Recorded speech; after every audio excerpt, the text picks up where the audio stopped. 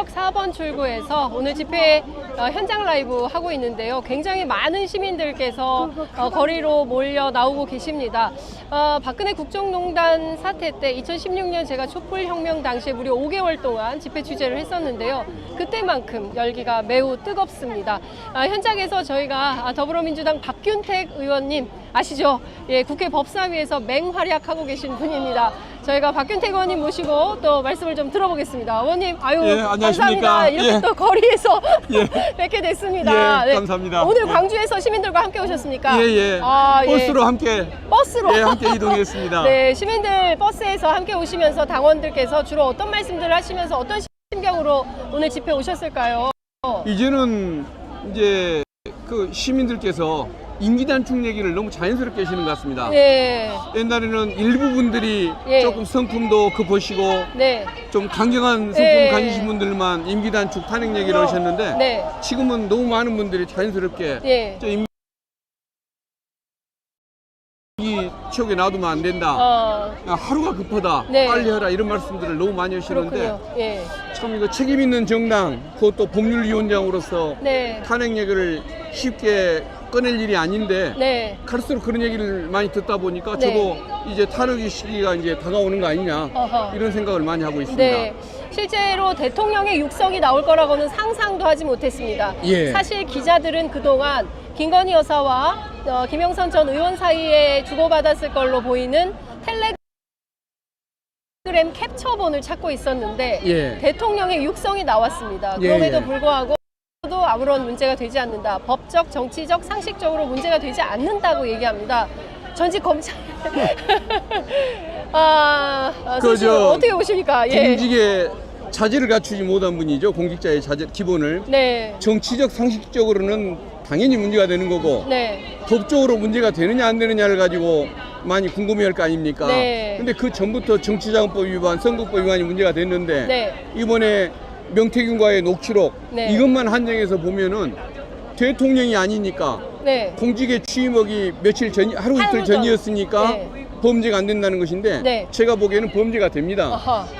대통령이었고 공무원이었으면은 그 지위를 이용한 것이 선거법 위반이 되는데 네. 일반인이었다는 걸 인정하더라도 네. 정치적 파워, 사회적 파워는 가진 거 아닙니까? 그렇습니다. 그러면 그 정치적 힘을 이용해서 정당의 공천심사무를 방해를 했기 때문에 위력에 의한 공천심사무 방해, 즉 네. 형법상의 업무방해죄가 성립이 되는 겁니다. 업무방해가 해당한다. 예, 형법이 되는데 예. 선거법이 안 된다고 범죄가 안 되는 것처럼 얘기하는 것은 네. 한쪽 면만을 감추는 것에 불과한 거죠. 예. 예. 그러니까 사실상 탄핵 사유에 해당하는 법률적 위반 행위에 예. 해당한다고 볼 수밖에 없는 예, 것이다. 법률적 위반을 넘어서 아예 그냥 범죄인 것입니다. 범죄다. 예. 이것은 예. 대통령의 범죄다.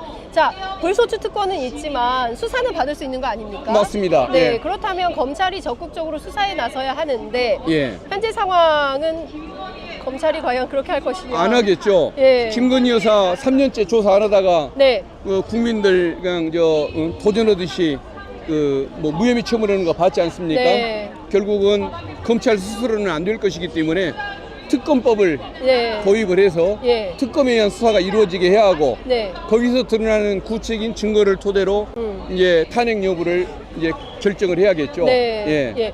지금 의원님 보시면 굉장히 많은 시민들께서 현장에 나와 계시고 지금 서울역 5번, 4번 출구에 보면 거의 인산인해에 해당합니다. 예. 앞서도 말씀드렸지만 박근혜 국정농단 사태 때만큼 국민들은 현 사태를 굉장히 위중하게 보고 계신 것 같은데요. 예. 자, 의원님께서 오늘 현장에서 확인하신 민심, 이걸 토대로 민주당이 앞으로 어떻게 이 전국을 좀 이끌고 가야겠다라는 판단이 좀 드실까요? 그동안에 민주당은 집권 경험이 3번이나 있었던 정당 아닙니까? 네. 또 압도적인 제1야당 아닙니까? 네. 그러다 보니까 조금 신중 모드, 네. 탄핵 얘기를 입으로 직접 꺼내기를 조금 조심스러워하는 네.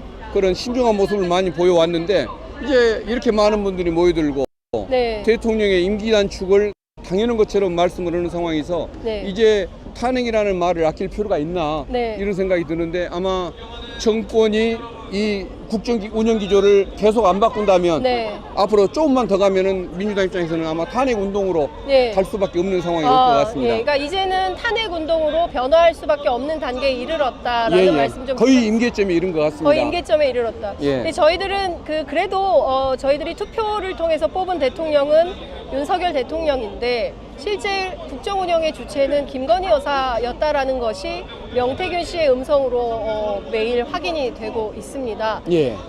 권력의 주체가 김건희 여사였다. 사인인데요. 이 상황에 대해서는 대단히 다들 경악스러워하는 국면입니다. 실권을 김건희 여사가 쥐고 있었다고 한다면요. 이 문제는 지금 그리고 앞으로도 사실 대통령보다는 그 우월적 지위에 있는 걸로 보이는데 이 문제를 해결할 방법이 있겠습니까? 결국은 이제 우리가 대통령을 뽑았지 영부인을 뽑은 게 아니지 않습니까? 맞습니다. 그리고 또 그것도 네. 4명의 그 무속인들에 의해서 정신적 지배를 당하는 통치를 당한 것인데 결국은 우리 대한민국 국민이 4명인의 무속인의 지배를 받았던 것과 똑같은 지금 현상을 네. 입고 있는 거 아닙니까? 예. 결국은 윤석열 대통령이 항복 선언을 하고 예. 국정 운영 기조를 바꾸겠다고 얘기하고 네. 김건희 여사가 예. 백담사로 들어가고 네. 이 정도의 모습을 보이지 않는 한 네. 이 사태는 중단이 될 수가 없는 것 같습니다. 최소한 김건희 여사가 백담사로 들어가고 예. 대통령이 그런데 당장 다음 주에 있을 시정연설에 대통령 참석하지 않겠다는 입장을 밝혔습니다. 아마 이건- 부끄러워서 못 오겠죠. 예. 이제 총리가 되도록 할 텐데 네. 저부터도 예. 그런 시정연설을 드릴 필요가 있을까? 아무리 국회의원이지만 네. 본회의에 참석해야 할 의무는 있지만 네. 저부터 갈 필요가 있을까? 그런 회의가 듭니다. 예. 그러면 대통령 시정연설을 총리가 오면 민주당에서는 어떻게 참석을 안 하거나 이런 방법의 선택을 할 수도 있겠습니까? 아마 그래도 네. 국회 운영의 책임은 민주당이 지고 있으니까 안 들어갈 수는 없겠지만 네. 들어가더라도 아마 연설 내용에 귀를 기울이는 것이 아니라 네. 좀 정신 차리고 똑바로 하라는 야유와 주문이 더 쏟아지지 않을까 싶습니다. 국회 본회의장에서 예. 국무총리가 대통령 연설문을 대독한다고 했을 때 예. 그거를 주의 집중해서 듣는 국회의원들보다는 야유 그리고 저런 걸로 안 된다라는 소리가 훨씬 더 많이 쏟아지는 그런 국회가 될 것이다 이렇게 그럴 것 같습니다. 전망해 주셨습니다. 어쨌든 우리 민주당 입장에서는 국민이 용서를 안 하는데 민주당이 용서를 할 수는 없는 것이니까 민주당이 중요한 것이 아니라 국민들이 이만하면 됐다. 좀 더 참아보자라는 생각이 들게끔 무릎을 꿇는 수밖에 없죠, 대통령이요. 국회 운영에 출석한 정진석 비서실장은 아마도 이번 달 안에 대통령의 입장이 발표될 것이다. 그것이 국민과의 대화 형태의 라운드 테이블이 될지 알 수는 없지만 국민과의 대화로 이게 돌파를 하겠다는 건데요. 어떻게 보십니까? 아마 대화가 되겠습니까? 아마 당장 사죄를 해야 하는데 뭐가 더 나올지 명태균이 얼마나 더 밝힐지 겁이 나서 아직 얘기를 못하고 좀 더 진행되는 상황을 지켜본 다음에 뜸을 들이다가 입장을 정해야겠다는 취지인 것 같은데 그 비서실장이라는 분도 그러면 안 되죠. 그건 경호실장을 하고 있어야 할 뿐이지 비서실장이라는 분이 도체가 대통령 심기경호 외에는 아무것도 하는 일이 없다고 한다면 그건 봉급이 아까운 거 아니겠습니까? 봉급이 아깝다. 청와대에는 경호원만 있으면 되지 비서실 직원들이 필요가 없는 것 같습니다. 그렇습니다. 그 대통령실의 상황 인식은 문제가 없다는 태도이기 때문에 지금과 같은 상황은 계속 반복될 수밖에 없을 것 같은데요. 자, 현재와 같은 상황에서 민주당이 이제 특검의 벽을 넘어야 하는데 문제는 이제 국민의힘의 태도인 것 같습니다. 그 법사위 현장에서 또 다니시면서 국민의힘 의원들도 많이 만나실 텐데 국민의힘이 이번에는 어떤 결정을 할 걸로 보십니까? 국힘의원들은 웬만하면 지키고 싶어 하겠지만은 국민의 여론이 계속 이렇게 비등한 상태가 지속되면 그때는 따라올 걸로 보여집니다.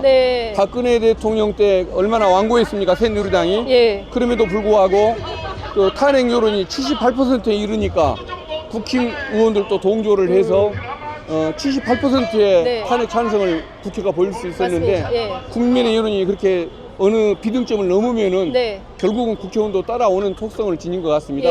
그래서 국민들이 보이는 이 불신, 탄핵 움직임, 특검 추진 움직임이 계속 지속돼 준다면 국힘도 따라오게 만들 거다. 그런 자신감을 갖습니다. 박근혜 국정농단 사태가 벌어졌던 2016년 11월 첫 주차의 여론조사 지지율이 5%였습니다. 예. 태블릿 PC가 나오고 나서 바로 5%였는데 예. 이번 주에 대통령 육성이 나왔고 아무도 이 여론이 다음 주에 반영이 될 걸로 보입니다. 예. 이번 주에 19% 나왔습니다. 예. 다음 주에는 어떻게 전망하실까요? 뭐 너무 전망을 많이 아마 해서 죄송합니다. 15% 밑으로 안 내려갈까요? 15% 밑으로 떨어질 거다. 어제 그 문화일보에 의하더라도 예. 그 녹취록 반영되기 전에 여론조사지만 네. 17%까지 떨어지는 걸 맞습니다. 봤는데 예. 아마 그 밑으로까지 내려가리라고 전망합니다. 그래도 뭐 지지율이 1%여도 뭐 개혁의 고삐를 늦추지 않겠다고 이야기하고 있습니다. 윤석열 대통령. 예, 뭐 노동, 연금, 교육개혁 하겠다라고 주장을 하는데요.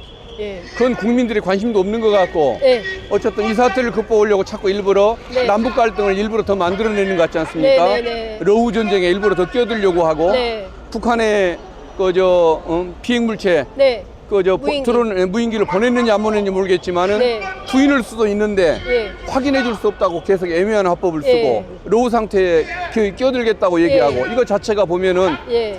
북한하고 갈등을 유발해서 자기 그 정권의 안전을 유지해 보겠다고 하는 거의 예. 80년대 수준의 정신세계를 보여주는 네. 그런 정권인데 예. 아마 그 정권을 누가 국민이 신뢰를 하고 예. 승복을 해주겠습니까? 네. 예, 저런 식의 속임수를 쓰려는 정권은 안 될 것 같습니다. 알겠습니다. 자, 이제 본격적인 집회가 시작이 되고 있어서요. 아무래도 저희가 이제 화면을 넘겨야 될 것 같은데요. 자, 이 함께 하시는 시민들 무려 14,000분께서 함께하고 계십니다. 이 시민들께 의원님 한 말씀 부탁드리겠습니다. 예, 아무튼 오늘 함께 해주셔서 너무 감사합니다. 국민 여러분의 그 열망을 저희들이 잊지 않고 일선에 나서서 더 열심히 싸우고 또 최선을 다하고 정권을 변하게 하든지 정권을 바꿔놓든지 열성을 다하겠습니다. 네, 오늘 예. 말씀 잘 들었습니다. 예, 함께 해주셔서 고맙습니다. 감사합니다.